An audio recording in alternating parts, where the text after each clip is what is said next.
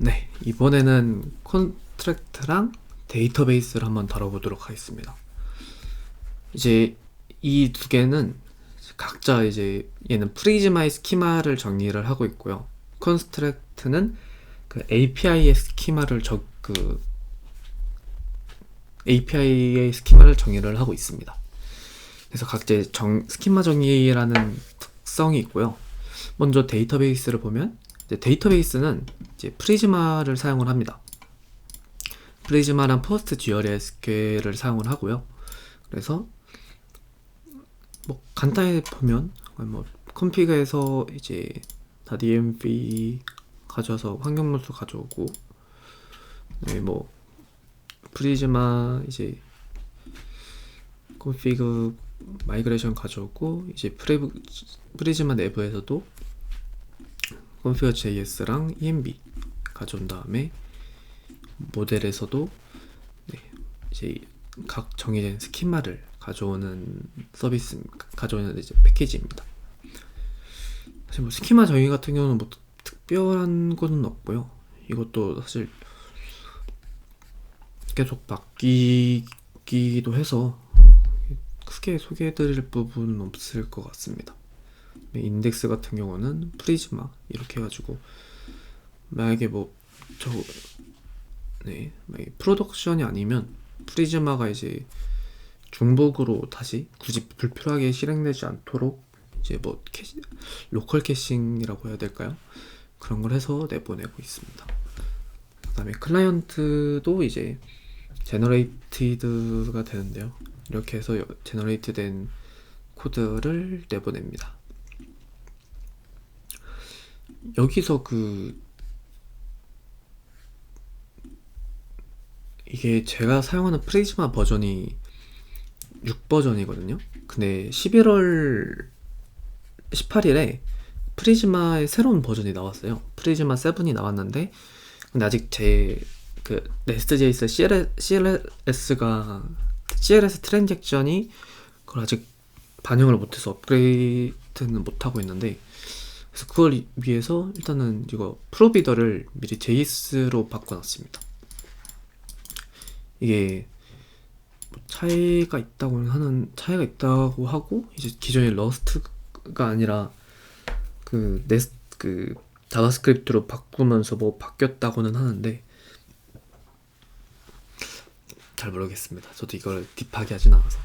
네, 그렇게 해서 프리즈마를 정의한 데이터베이스 패키지가 있고요.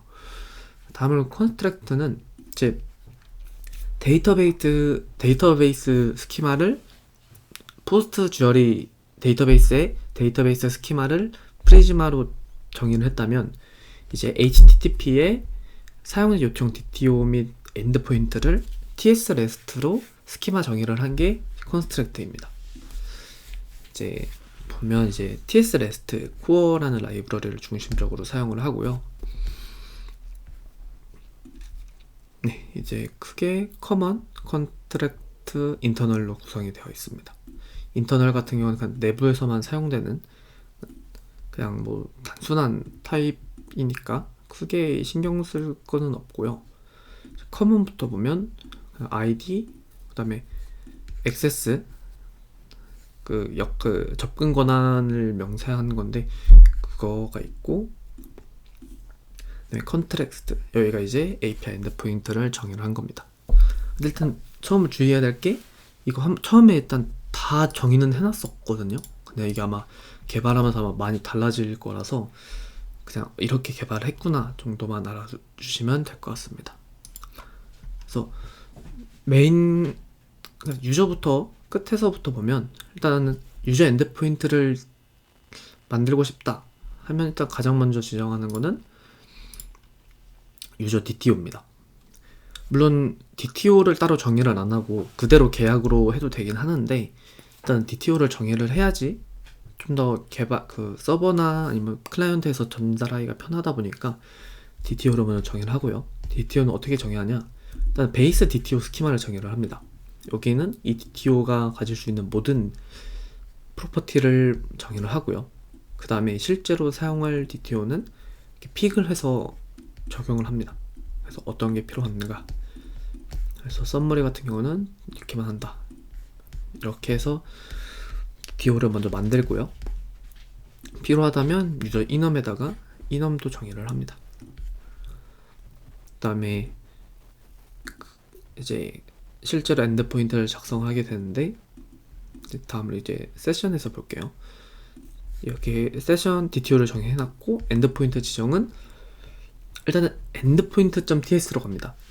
여기서 const get session c.curry나 c.mutation을 통해서 엔드포인트를 정의를 하게 돼요.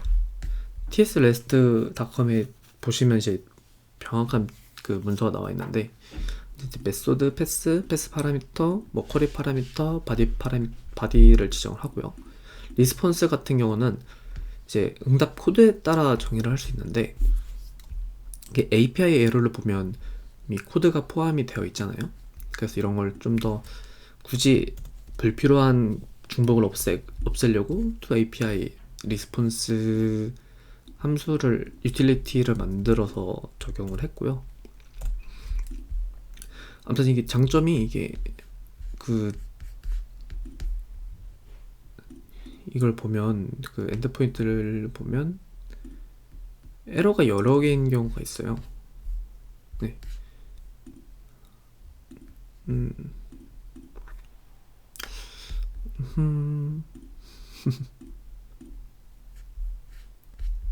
이거 갑자기 못 찾겠지? 원래 많았는데. 네.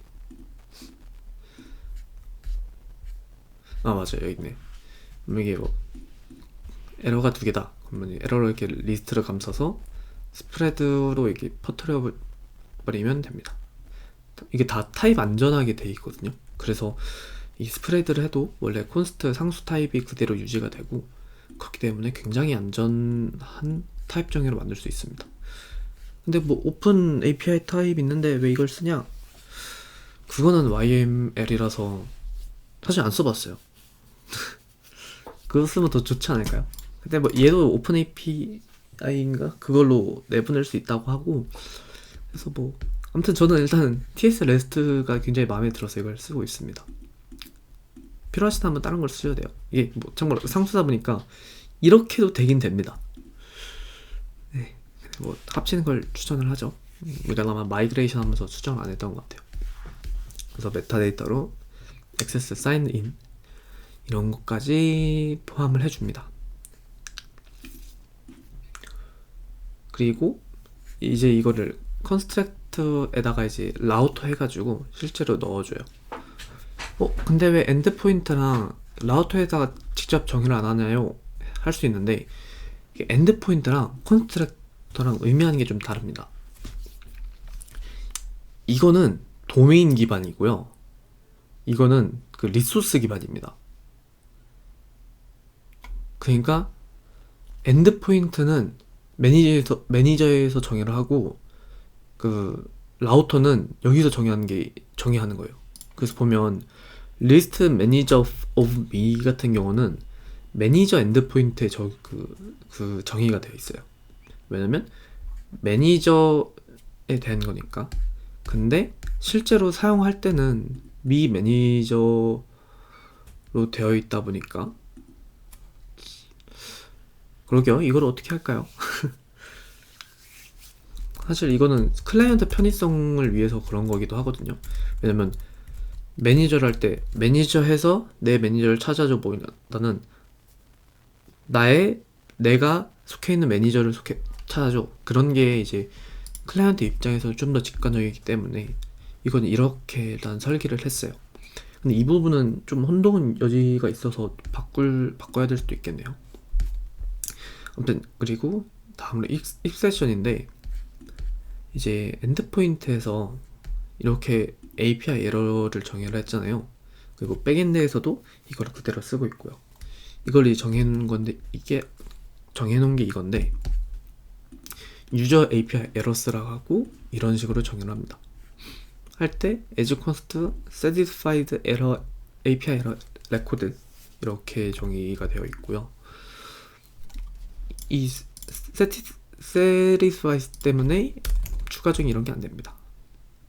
네, 알려진 속성이 없습니다. 이런 식으로 떠서 타입 안전하게 만들어 놨고요.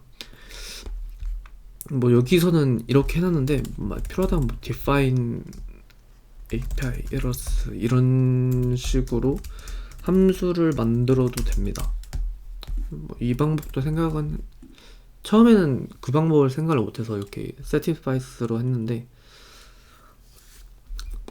뭐 필요하면 바꾸겠죠. 근데 지금 바꿀 만한 그런 메리트는 못 느껴가지고 일단 유지하고 있습니다. 그리고 순환 참조 문제 때문에 컨스트럭트랑 exception은 index.ts로 내보내지 않습니다. 왜냐면 이제 컨스트럭트 그 엔드포인트가 이거를 API 에러스에서 가져오기 때문에 이거를 해서는 안 되고요. 컨스트럭트가 이거를 여기서 엔드포인트에서 가져오기 때문에 인덱스로 내보내면 안 됩니다. 그래서 에러랑 컨스트럭트는 인덱스로 안 내보내고 맨 아래 그 컨스트럭트 폴더 아래에 컨트랙트랑 API 에러에 직접 정의를 하게 되어 있어요. 네, 그렇게 되어 있습니다. API 에러도 이렇게 상수로 정의가 되어 있고 컨스트럭트도 이렇게 정의가 되어 있습니다. 그렇게 하면 컨스트럭트까지 끝. 그리고 근데 이 컨스트럭트랑 네스트.js랑 일치한지 어떻게 봐요? 그 역할은 그 컨스트럭트의 룰을 정해놨는데 그거는 뭐 어떻게 쓰는 건가요? 할 수 있는데 그래서 이제 테스트 코드를 하나 만들어놨습니다. API에 데브툴즈에 보면 체크 컨스트럭트라는 이제 파일 긴 게 하나 있어요.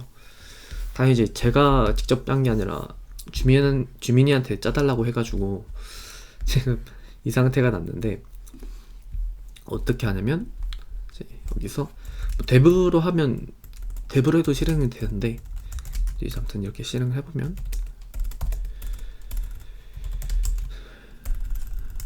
cd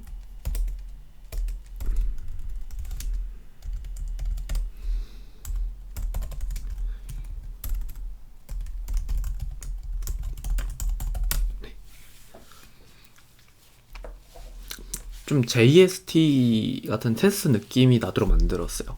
그래서 이렇게 테이블이 하나 뜨게 되고요. 위에서부터 이제 컨스트럭트랑 라우트, 액세스랑 컨트롤러 이렇게 띄우게 됩니다. 그래서 어때요? 굉장히 괜찮죠? 만들어 놓고 굉장히 흡족해 있거든요.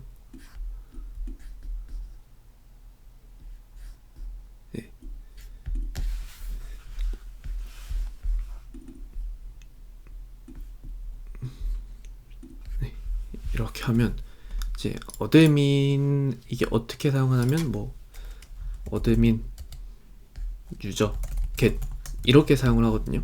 그 클라이언트에서. 그래서 이 방식으로 이거를 나열을 한 건데 지금 어드민 유저에 있는 get은 구현이 되어 있고 액세스도 어드민만, 컨트롤러는 nest.js의 유저 어드민 http 컨트롤러에 구현이 되어 있다 라는 뜻이고 쿼리, 업데이트, 딜리트는 아직 nest.js에 구현이 안 돼 있다 라는 거고 나머지도 다 구현이 돼 있습니다. 이게 퍼블릭이 만약에 액세스도 아까 컨스트럭트를 보면 액세스를 지정을 해놨었잖아요. 네, 이렇게 액세스 이걸 왜 했냐면 이 테스트에서 이걸 표시하기 위함입니다. 그래서 얘는 구현됐냐 안 됐냐만 작성을 하고 물론 그 스키마까지는 하지 않아요. 왜냐면 그건 어차피 타입이 잡아주기 때문에 이 테스트 도구에서는 굳이 안 잡고 정의 여부만 봅니다. 액세스도 실제로 이제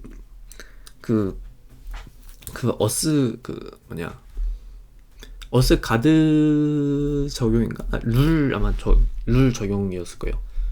룰이 비어 있으면 네, 아마 그거 아마 차이일 겁니다. 아마 이게 좀 작동 방식이 좀 애매모호해서 좀 수정할 게 많긴 한데 아무튼 그래서 컨트롤러랑 어디 적용이 되어 있는지가 다 나옵니다. 이거랑 어느 엔드포인트에 매치가 되는지도 다 나오고요. 그래서 보면 그렇게 좀 편하게 되어 있습니다. 그래서 만약에 액세스가 이게 그 퍼블릭인데, 만약에 리프레시 토큰이 지금 퍼블릭인데 이거를 리프레시 토큰 아니죠, 리프레시 토큰 오스 컨트롤러에서 여기서 리프레시 토큰인데 이거를 퍼블릭이 아니라 이건 전역 카드가 입혀져 있기 때문에 이게 이렇게 돼 있으면 그게 되거든요. 그 로그인 필수가 되거든요.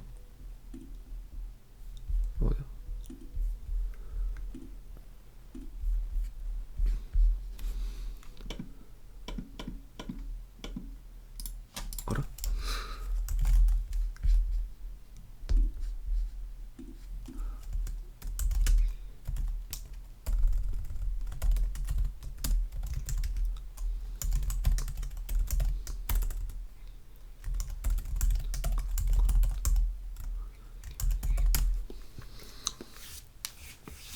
만약에 그게 안 돼 있다 그러면 이렇게 뜹니다. 액세스 컨트랙트 계약에는 퍼블릭으로 정의되어 있는데 실제 구현되고는 사인드인이다.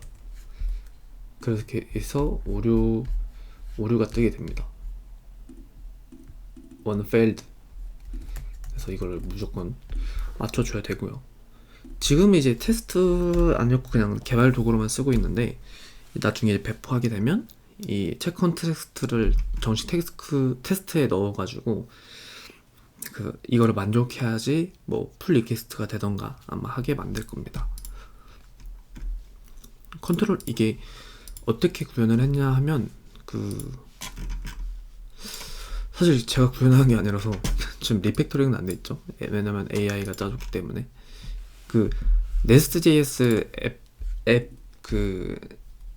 애플리케이션을 만들어서 띄웁니다. 라우트 익스트랙터라는 게 있는데 여기서 모든 라우트를 얻고 거기서 컨트롤러만 빼가지고 패스랑 이제 라우트 스테이러스를 합니다. 퍼블릭이 있으면 퍼블릭이고 류나 어스가 적용이 돼 있으면 그거인 거죠. 근데 이게 전역 카드면 좀 이상하게 돼 있기는 한데 아무튼 문제는 좀 수정을 해야 됩니다. 어차피 개발 도구고 이거는 계속 수정을 해야죠. 열심히 만들었습니다. 이거 AI를 썼다고 하지만 그래서 만들었고요. 아무튼 최종적으로는 fail 컨스트랙트 구현 체크가 실패했다. 참고로 구현에 없는데 네스트.js 있는 것도 감지합니다. 그래서 헬스랑 라이브가 지금 제가 컨스트랙트 안 적어놨는데 있으니까 지금 이렇게 뜨고 있고요. 그래서 컨스트랙트 42개 중에 18개는 구현해봤는데 2개가 추가되었고 24개가 구현이 안 됐다. 이렇게 뜨게 됩니다. 열심히 만들었어요. 자랑하고 싶었습니다. 그렇게 해서 이제 보드 플레이그라운드까지 이제 컨스트랙트까지 모든 대부분의 패키지에 대해서 다뤄봤습니다.